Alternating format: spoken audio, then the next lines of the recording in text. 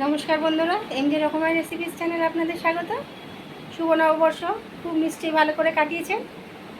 দেখুন, আমি বাজারে গিয়েছিলাম, প্রচণ্ড গরম, ভীষণ গরম বাইরে। আমি খুব কচি কচি লাউ ডোকা নিয়ে এসেছি আর ভাবলাম আজকে এটা রান্না করব। সকালে বেরিয়েছি কিন্তু প্রচণ্ড এত রোদ্দুর, সে দেখানো যাচ্ছে না। তো যাই হোক, আমি খুব কচি কচি লাউ ডোকা পেয়েছি আর লোভ সামলাতে পারলাম না, কিনে নিয়ে চলে এসেছি আর সেটা আপনাদের সঙ্গে শেয়ার করব। ভালো লাগলে অবশ্যই কমেন্ট করবেন। চলুন, তাড়াতাড়ি করে লাউ ডোবা রান্না করতে তো একটু সময় লাগে, রান্না করতে অবশ্য বেশি সময় লাগে না, কাটাকাটিগুলো করতেই সময় লাগে। তাই আমি এখন বটিতে মাটিতে একদম বসে সুন্দর করে সবজিগুলো কাটবো আর অবশ্যই আপনাদের সঙ্গে শেয়ার করব। তাহলে চলুন আমি শুরু করে দিই। আমি এবার বসে পড়েছি লাউ ডোবাগুলো নিয়ে কাটতে। দেখুন, বললাম না ভীষণ কচি লাউ ডোবাগুলো, পাতাগুলো দেখুন কি ফ্রেশ, খুব কচি পেয়েছি। একদম পাতাগুলো দেখুন একদম সবুজ হয়ে রয়েছে, কচি একদম। ভীষণ কচি লাউ ডোগাটা পেয়েছি, আমি মানে ভাবতেই পারিনি এত কচি লাউ ডোগাটা আমি পাবো। লাউ ডোগার সঙ্গে নিয়েছি 500 কুমড়ো, একটা বেগুন মিডিয়াম সাইজের আর দুটো আলু। এবার আমি সবজিগুলো কাটতে শুরু করি। 4টে ডোগা এইভাবে আমাকে গিট বেঁধে দিয়েছে, তো আমি আলগা করে নেবো। প্রথমে 4টে ডোগাকে আলাদা আলাদা করে নেব। এরপরে পাতাগুলো প্রথমে কেটে নেব, কিন্তু পাতাগুলোকে ভালো করে খুলে খুলে দেখে নিতে হবে। প্রতিটি পাতা এইভাবে খুলে খুলে দেখে নিতে হবে, কারণ কি পাতার মধ্যে অনেক ধুলো তো থাকে, সেটা তো ধুলেই চলে যায়, কিন্তু ছোট ছোট পোকা থাকে। দেখুন, এই যে ঘুরছে পোকা, এই যে ছোট ছোট পোকাগুলো এইগুলো থাকে। তাই জন্যে আমি প্রতিটি পাতা এইভাবে ভালো করে খুলে খুলে দেখে নিই আর তারপরে পাতাগুলো কেটে নিই। এইভাবে আমি ডাঁটার থেকে প্রতিটি পাতা কেটে নেব। সব পাতাগুলো আমি এভাবে দেখলাম আর দেখে দেখে কেটে নেব। পাতাগুলো আমার সব কাটা হয়ে গেল। এবার আমি ডাঁটাগুলো কাটতে শুরু করব। এইভাবে ডাঁটার থেকে, প্রত্যেকটি ডাঁটার থেকে পাতাগুলো আমি কেটে নিলাম। এবার ডাঁটার মধ্যে এই যে এই অংশগুলো থাকে, এই অংশটা কিন্তু আমি ছিঁড়ে ফেলে দেবো, কারণ কি এই অংশটা শক্ত লাগে, এটা খাওয়া যায় না। তাই প্রতিটি ডাঁটার থেকে আমি এই অংশটা বাদ দিয়ে দেব আর এরপরে আমি ডাঁটাগুলো কাটতে শুরু করব। প্রত্যেকটি আমি কেটে নিলাম। এবার ডাঁটাগুলো কাটতে শুরু করব। লাউ ডোগার কিন্তু এরকম ভাবে আঁশ মতন থাকে, আঁশটা কিন্তু ছাড়িয়ে নিতে হবে। দেখুন, এইভাবে হালকা করে জাস্ট কাট লাগিয়ে এইভাবে করলে আঁশটা যেটা থাকে ডাঁটার মধ্যে সেটা কিন্তু বেরিয়ে যায়। আর এইটা নরম অংশ, এটার মধ্যে কোনো আঁশ থাকে না। জাস্ট এইভাবে বটির সঙ্গে লাগিয়ে দেখুন, এইরকম করে করলেই এইভাবে আঁশটা বেরিয়ে আসবে। এইভাবে টেনে ফেলে দিতে হবে। এভাবে আমি প্রত্যেকটি ডাঁটা কেটে নিলাম ছোট ছোট টুকরো করে। এবার আমি পাতাগুলো কাটবো। পাতাগুলো তো আগেই খুলে দেখে নিয়েছি, পোকা বা পোকার ডিম টিম অনেক সময় থাকে, সেগুলোও পরিষ্কার করে দেখে নিয়েছি। এবার 4টে 4টে করে পাতা এইভাবে খুলে নিয়ে আমি ছোট ছোট টুকরো টুকরো করে কাটবো। প্রথমে এইভাবে নিয়ে এরপরে 2 টুকরো করব, এরপর এটাকে 4 টুকরো করে। শাকের মতন কাটতে হবে না, কিন্তু খুব বেশি বড় করলেও আবার গলতে চায় না, তখন ভালো লাগবে না মুখের মধ্যে। সেই জন্যে এরকম 5-6 টুকরো করে আমি পাতাগুলো কেটে নেব। সব পাতাগুলো এভাবে আমি কেটে নিলাম।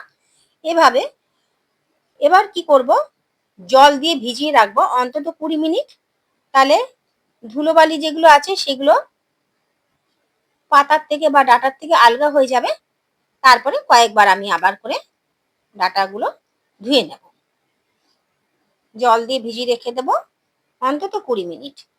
এর মধ্যে আমি বাকি সবজিগুলো কেটে নেব। এবার আমি কুমড়োটা কাটবো।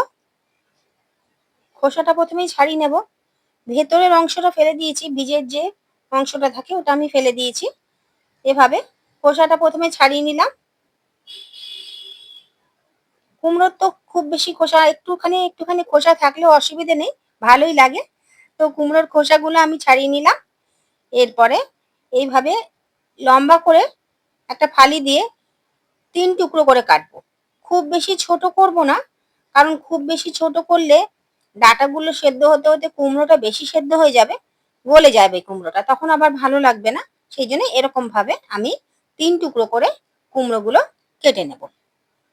কুমড়োগুলো সব কেটে নিলাম। এবার আমি বেগুনটা কাটবো।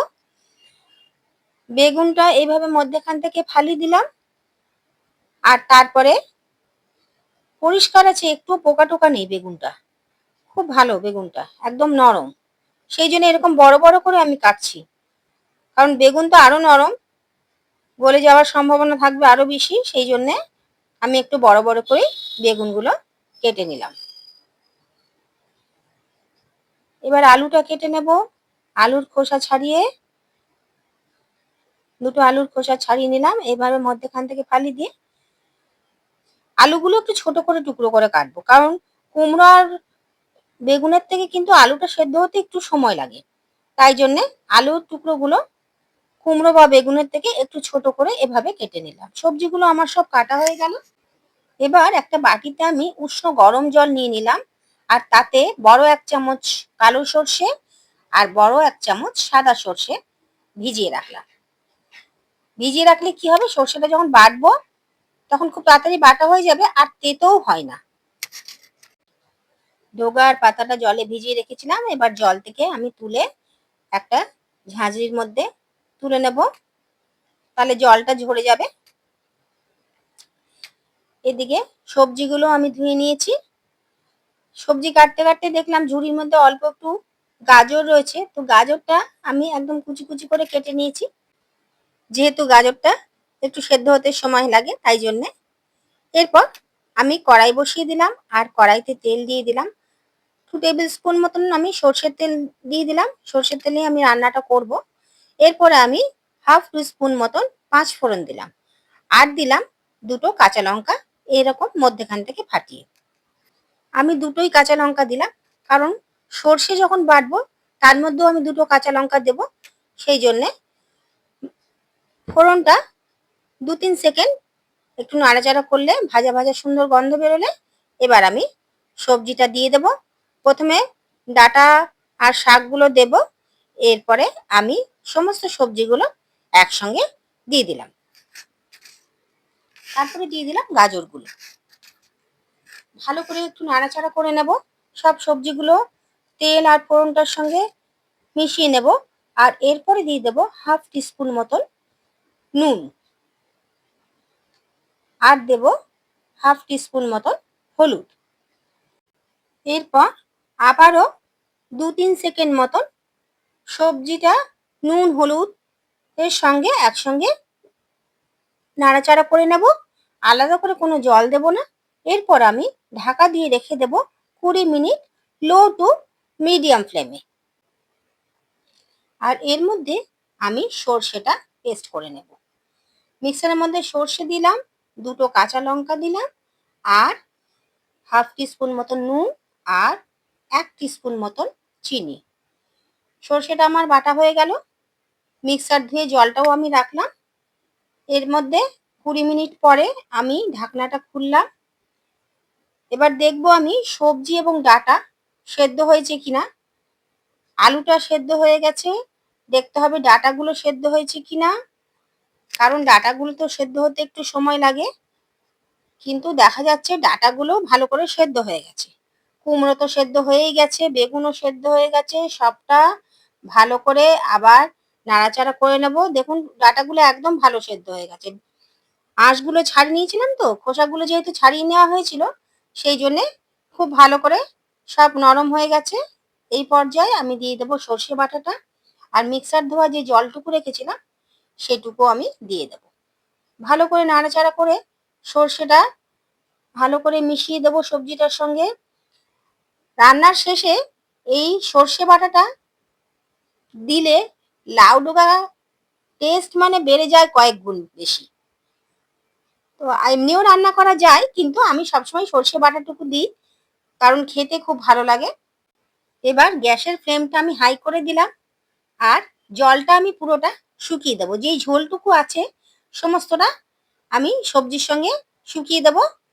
এই পর্যায়ে আমি দিয়ে দেবো 1 চামচ চালের গুঁড়ো। চালের গুঁড়োটা আমি দিই এই জন্যে, কারণ কড়াইতে ঝোলটা শুকিয়ে গেলেও সবজিটা যখন ঠান্ডা হয় তখন একটু একটু করে জল ছাড়তে থাকে অনেক সময়, কিন্তু চালের গুঁড়োটা দিয়ে দিলে সবজিটা একদম মাখা মাখা হয়ে যায়, জল আর ছাড়ে না। আর লাউ ডোবার তরকারি তো ঝোল ঝোল ভালো লাগে না, একটু মাখা মাখা হবে, সেটাই ভালো লাগে। দুপুর বেলায় গরম গরম ভাতে দারুণ লাগে খেতে। দেখুন কি সুন্দর হয়েছে দেখতে, একদম মাখা মাখা, দারুণ সুন্দর গন্ধও বেরিয়েছে। আপনারাও বাড়িতে বানান, কেমন হলো আমাকে জানাবেন। ভালো লাগলে লাইক এন্ড শেয়ার করতে ভুলবেন না। আপনি যদি আমার চ্যানেলে নতুন বন্ধু হয়ে থাকেন, অবশ্যই একটা সাবস্ক্রাইব করবেন। দেখা হবে আবার পরের ভিডিওতে। সবাই সুস্থ থাকবেন, ভালো থাকবেন। নমস্কার।